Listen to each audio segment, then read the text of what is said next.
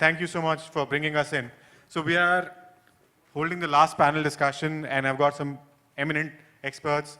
Thank you everyone who stayed back for this session and giving us this opportunity to discuss what are some of the emerging cybersecurity trends, how we can look at enhancing productivity and ensuring safety, trust, and data protection. We are today sitting at the cusp of a new data protection law coming in India.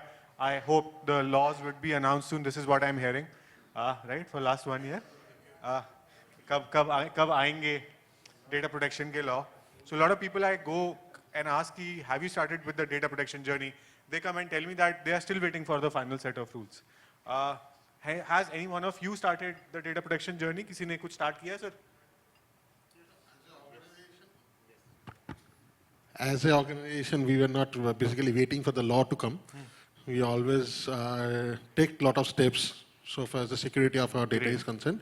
But obviously, regarding compliance of the law, let the rule come, then possibly we need to tweak some of those things so that we can also do the necessary compliance and improve the thing. Absolutely. Thank you, Mr. SENGUPTA. Alok sir, I'll start with you. You've seen that there's a lot of data breaches happening these days. And everyone's talking about once the data protection law comes in, there will be straight away like a big penalty. So you think if we have to ensure transparency and accountability in public sector and also looking at safeguarding user PII, how do we do that? Do we wait for the new law to come in, or do we start the data protection journey right now? Thank you, Kanishk. And before I address that question point blank, views expressed are personal. Absolutely, personal views. Chatham House rules, personal views. No relation whatsoever to the organization that I'm serving or any point in time I've served in the past. Now, to be very honest, the data protection law right now, India's data protection law are more aligned towards the government. Okay. They're not aligned towards, there's a difference between GDPR and the data protection. In GDPR, the personal has been given primacy. So the personal information, PII, that is what has been, that compromise, the person himself is compensatable. In case of the Indian laws, it is the company which is getting penalized and the recipient is the government. So there is a lot of skepticism, if I may say very bluntly, with respect to the manner of its implementation. And that is why most of us, though things are there in place, most of us are sitting and watching on the fence what is the implementation methodology that is going to come. Okay. Now, a penalty of 250 CR for a violation, MSMEs will get written off. They will say, might as well. But sir, it's the highest level. That's the highest level, right? So the bottom has not been defined. So, and I'm coming in from a different perspective altogether. Regulators tend to be arbitrary. I was a regulator in one of the cases where I happened to be a regulator with Telecom Regulatory Authority of India. And at that point in time, the maximum penalty that I could impose as per law, and there was a lot of issue about call dropping, which is the maximum penalty that I could impose as per law was 50 lakhs. The penalty that I imposed was 2 CR. The message is, pull up your socks, otherwise I can impose hefty penalties. I knew it would get struck down, but the operator had to run to court. No, absolutely. That's what is happening right now. A lot of the big tech is also moving to the court. They bring us artificial intelligence and machine learning, but we don't know how they are taking away our PII. That brings me to my next question, and Nagendra ji, I want to bring you in here. We are talking about hackers using artificial intelligence and machine learning, right? Bots being deployed, exploits being written through ChatGPT or WormGPT or DarkGPT. How do you think we can enhance our cyber defense by using artificial intelligence and machine learning? First of all, I want to clear something. Artificial intelligence and machine learning is not the buzzwords now. So we have implemented around 60 artificial intelligence and machine learning bots and models in our refineries. So as you are aware, refinery operations are very critical. Absolutely. Indian economy, 70% of the Indian economy is based on the fuel. So now we are in a bottleneck wherein the fuel is coming down, fuel area is coming down, and quantity of users is increasing a lot. So the enhancement or optimization is very necessary. So that is why the optimization came into picture. And we are using the technology called artificial intelligence and machine learning. Now, to implement that technology, the data size is extremely huge. So we are using big data kind of technologies to use the data, tuning the model, using the optimizer, and enhancing the yield for the public. Now, when you are generating a data which is around 40 millisecond, that security has to be built in on top of that. So, which means the OT area, the operational technology area, need to be segregated from the IT area wherein the internet is being exposed, the chat GPT or these components are being exposed. Now, in Indian Oil Corporation Limited, we are segregating. Few of the portions have already been segregated. In terms of operation technologies, the data is centralized. All security measures have been imposed in case one of the data is getting leaked, which means the huge penalty will be imposed on the person who is actually operating the systems and the appliances, the OEM. And the loss would be immense. I cannot even imagine the loss would be, per day loss would be in 1,000 crores. So you can imagine what kind of security breach would be there in the OT area, and the penalties along with the loss on the company. So the network access control, the industrial switches, routers is being imposed in the area where the data is moving from one location to another location. So these are kind of securities has to be built in a part of this. Absolutely. Sandeep ji, I want to bring you in here. See, we are seeing large cybersecurity threat actors attacking India's critical infrastructure. Right now, very difficult to defend against these threat actors. What do you think is needed? Do we require more public-private partnership? Do we require more regulation? How can we counter some of these emerging threats? You saw what happened in case of Oil India Limited, right? A big ransomware demand was asked then. Good evening, everyone. PSUs are the crown jewels of the nation. They are having the critical data hosted with them. So that makes them vulnerable to the cyber attacks. So these days, there are cyber terrorists. Now they are coming into picture. Their motive is not only money, but they want to establish their name in the field of cyber crime. So how to protect it? Actually, PSUs don't have the resources, skilled resources. So they have to collaborate with other agencies, private partnership, which you said.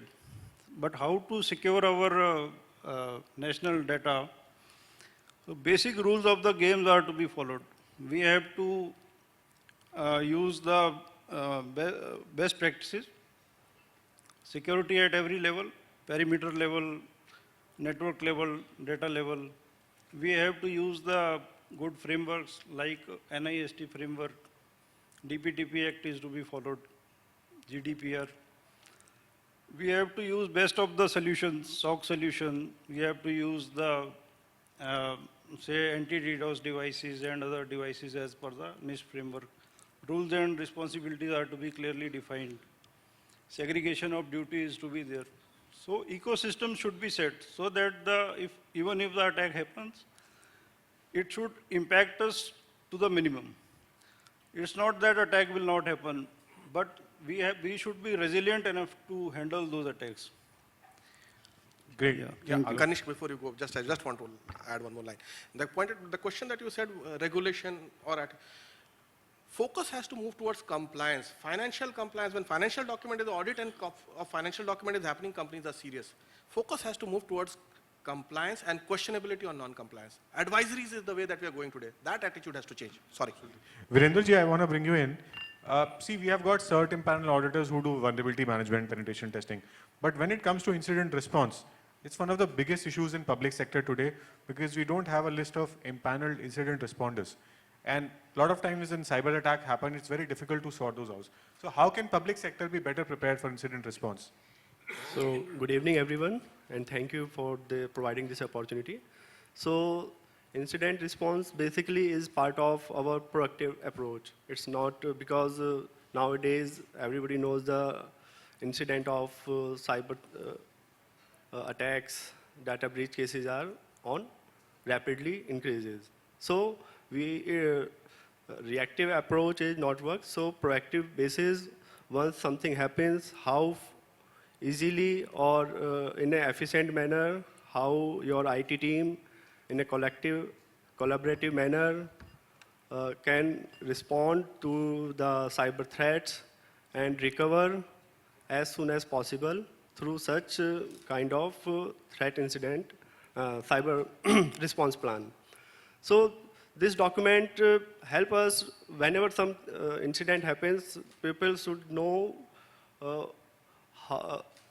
roles and responsibility very clearly. Otherwise, there will be a mess-up between who have to communicate to the shareholders or the public, who will take responsibility to communicate to employees. And the IT team, basically at that moment, IT team have the very clear responsibility to tackle that incident and safeguard their critical assets.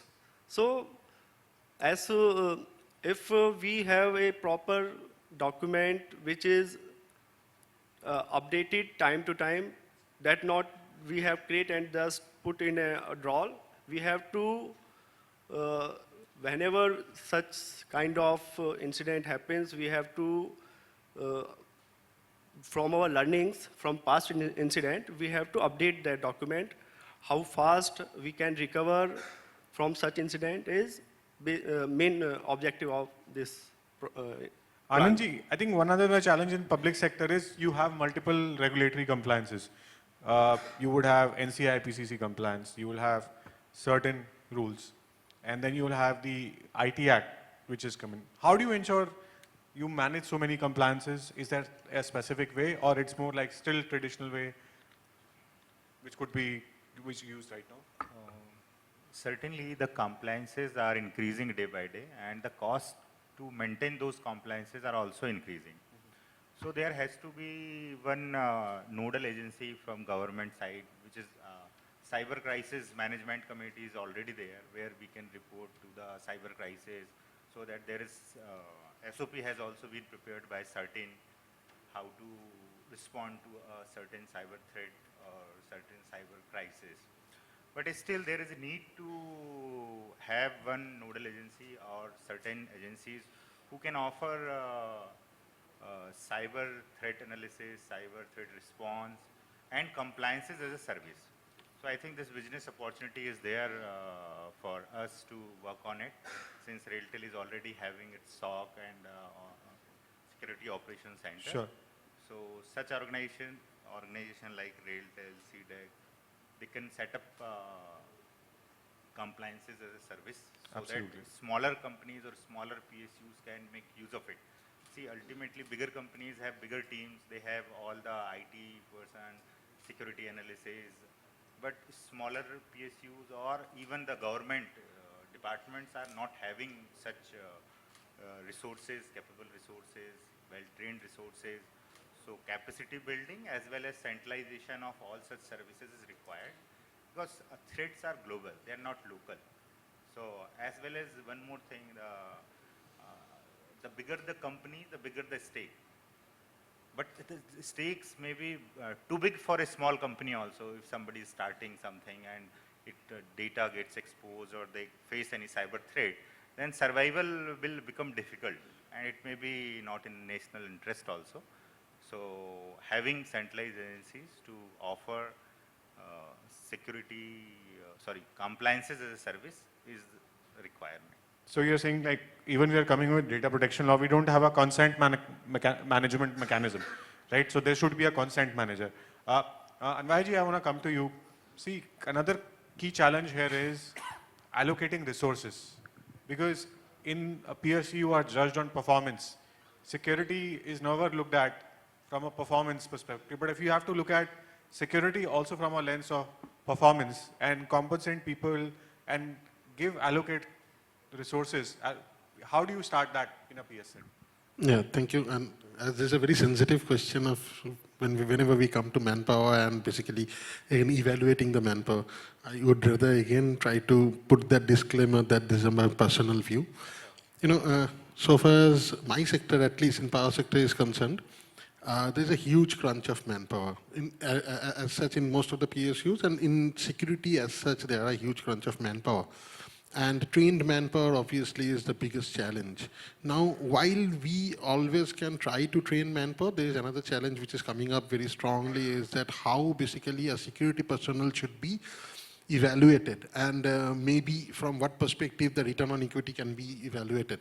Now, I would say in this fashion, in many forums I have said, when suppose IPL auctions are going on, Basically, possibly most of the team manager will try to evaluate a player based on his bowling skill or his batting skill based on the runs scored or the wickets taken.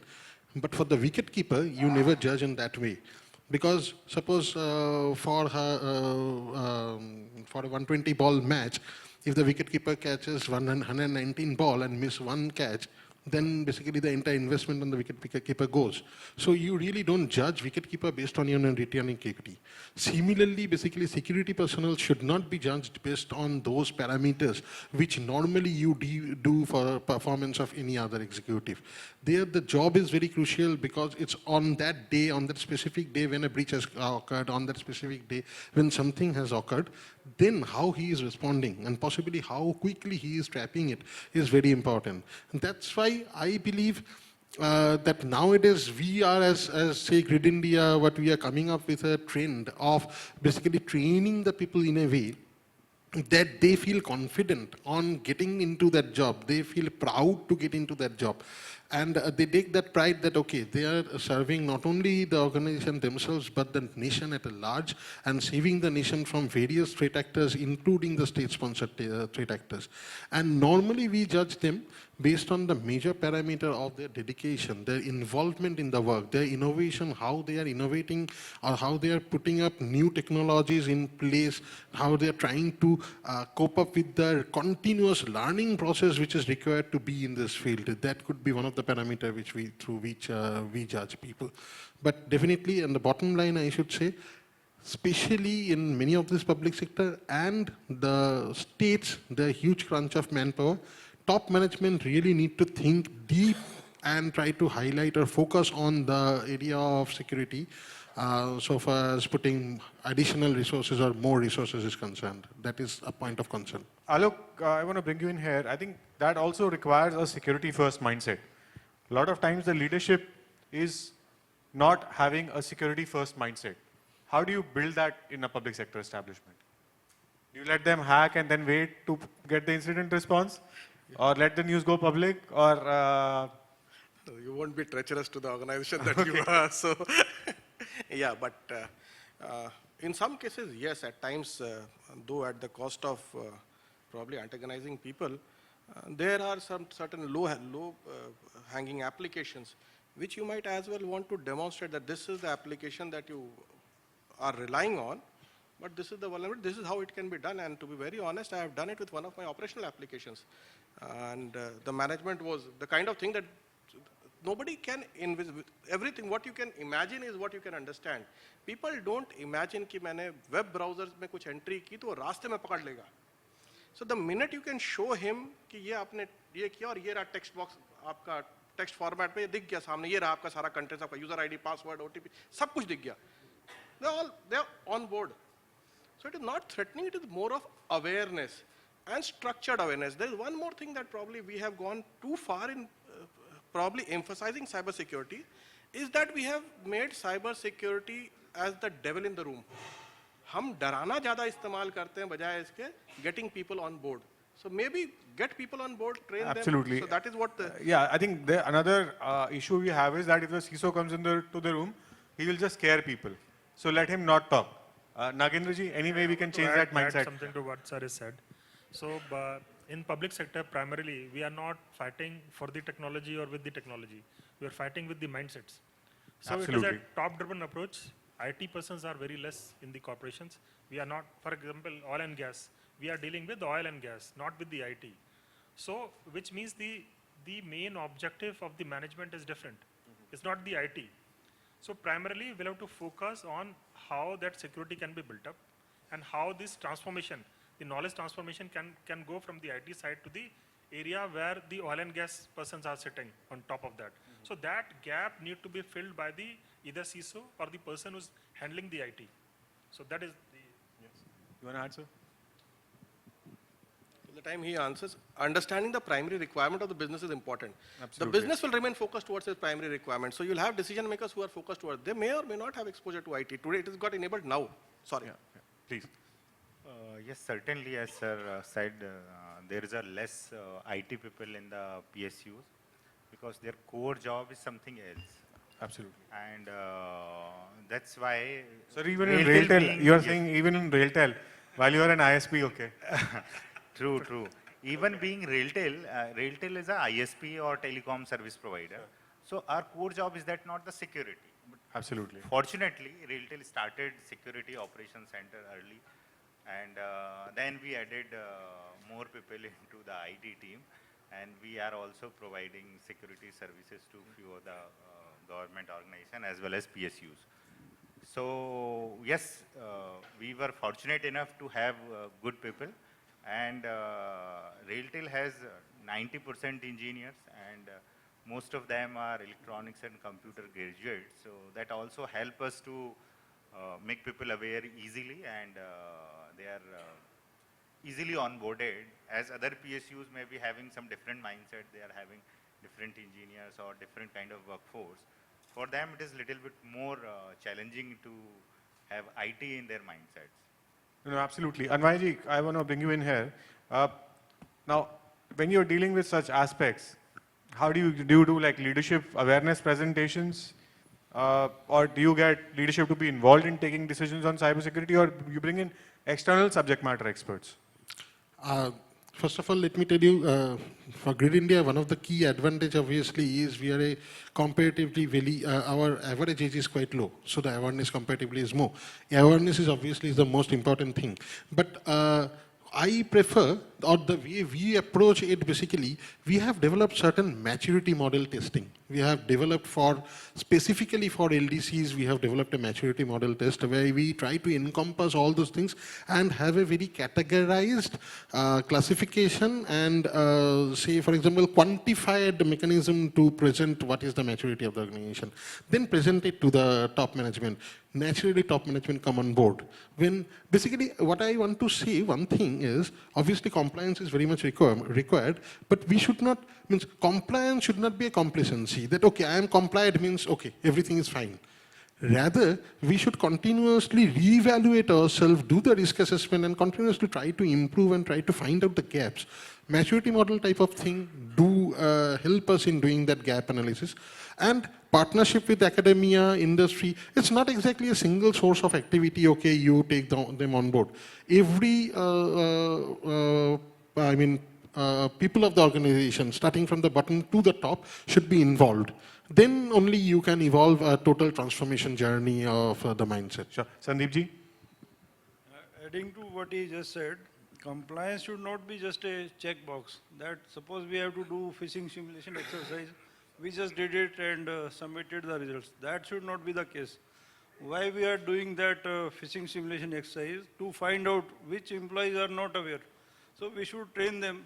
So that should be the objective, is to make the organization more secure, not More just aware. a checkbox for compliance. Absolutely. So we need to That's go what I beyond want. the checkbox exercise you're saying. Virander ji, how can we practice this in real life? So, as per my observation, the top-driven approach is more effective than bottom. So, whenever it's as security officers, security leaders, it's our responsibility to enhance understanding of our top management on cybersecurity, because their mindset or their core business area is something different. In our case, from they peoples are from Gas Authority of India or BPCL, that is basically deals in gas business or in oil refinery. But as per IT understanding, there is lack. But whenever we put our case in proper manner with management, they definitely support us always. So there is not any challenging while getting support from our management. Great. Alok sir, I think there's another aspect is there is a big drive for cloud. A lot of players today bring cloud-based services. Even Mighty starting with STPI, a big cloud-based. You've got Meghraj. Do you think that public sector is open to take cloud-based security privacy controls, or still the maturity isn't there? And if it isn't there, then what needs to be done? I'll answer your question in three parts. First, is public sector matured or not? This is a pointed question. There's a varying degree of maturity Okay. among public sectors depending on the business case. So that is the first part of it. By and large, if I were to draw a median, it is below the expected line. And that is primarily driven by the second part of your question, which is the privacy and protection. There is a thought process, and maybe not wrong, that what is there with me is safe. Yeah, if it goes on cloud, then it is unsafe. That's the mindset. That's right? the mindset, that not realizing that safety here and there both have the same set of perimeter that has to be worked around. And there is where the mindset shaping is required. And with respect to the privacy, etc. controls, to be very honest, when the fine print is out, it might require a total business process re-engineering of how public sector is working today. Because from moving from an approach of taking all kind of data, starting from your father's name to your date of birth to your son's date of birth, to going the minimalistic data way, is a change in mindset and would need a business process re-engineering. Going to cloud is an inevitability for all of them. So you think that's the future? That's the future. There's no other way. Yeah. Nagendraji? My perception is slightly different from what sir is saying. So as far oil and gas is concerned, the IT portion has already been migrated to cloud. So currently we are using hybrid cloud. Maximum data is residing on the cloud. Hybrid cloud. Hybrid cloud. So maximum data is residing on the cloud. As far as criticality is concerned, that is a decision making. So board, if the management is thinking that this data need to be kept at on-prem and major portion can be kept on the cloud, that is a decision, management decision. Now, we are clear in one thing, the operational technology data, which is extremely, extremely critical, we also assume that it is critical, that has to be kept on-prem only. So maybe in future we may move that data to cloud also. Government is also emphasizing on different segments of the cloud, public cloud, private cloud, and the government community cloud. So the operational technology data is getting moved to the government community cloud, where the admin is the person who is owning the cloud. So these provision has already been made by the government side also, and public sector, as far as oil and gas are concerned, we are open to move to the public cloud. Okay. And Vaidya? So, yeah, I just want to add one thing. As has already told that government is, but I think more clear regulatory provisions need to come.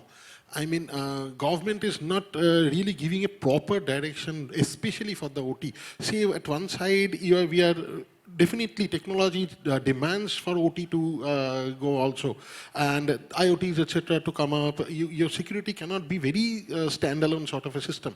While in other side, guidelines like CA guidelines, etc., talk about complete isolation of OT from IT or complete isolation of OT from internet. So these are a bit of contradictory. So you need to, I mean, now time has come, at least for the critical sectors, government should come up with very, very clear-cut idea, not only idea, but clear-cut architecture, implementation diagram, all those things together we can build a framework possibly which is not a very common type of a framework, which will help us in this transformation journey towards cloud. Otherwise, it will be far off. Sandeep ji? When we move to cloud, actually moving to cloud is becoming more of a requirement, because in-house we don't get that scalability, and but our threat landscape also get increased when we move to cloud. So we have to follow there the best practices like zero trust architecture we can follow, multi-factor authentication, single sign-on. So following those best practices of the container security and services which are available from the cyber threat intelligence players, so that will enhance the cloud security for public sector organizations. Virander ji? So in our case, we are using a hybrid approach. We have on-prem as well as public cloud in use. So we, in first phase, if I say, we have put critical data on-prem and non-critical business data on cloud as on date. So this is our initial approach, but in coming days, definitely there will be push to move to cloud as well with proper security consideration and tools technology. Definitely that is future technology. Yeah. Thank you. Anandji? Since RailTel is also a cloud provider, so we have on-prem as well as cloud data in both Do you believe that security becomes a big issue if you move to cloud? No, I don't think. In fact, having cloud increases your flexibility. Okay. So this is much easier for other organizations which are not having that much capability or capacity to have data on premises. Because having data on premises is always more challenging. Since we do both the things, so we understand earlier we were having on-prem, all the data on-prem. So certainly scalability and security both are challenges. Great. Thank you so much. With this, I wrap up my session on time. If anyone has any questions, feel free to ask the audience. Otherwise, we can talk offline as well. Anyone, any questions? Before I hand it to the MC? Yes, sir. If you can identify, can we have a mic, please?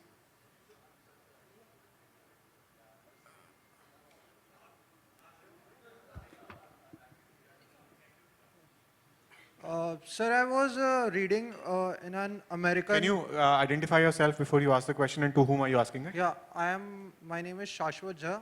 I'm from Sofik Designs Private Limited. It's a MEP consultancy firm in Faridabad. Also, we have just opened a cybersecurity team in our company. Yeah. So I just wanted to ask that about the APT side of, as we know that offense is the best part of defense.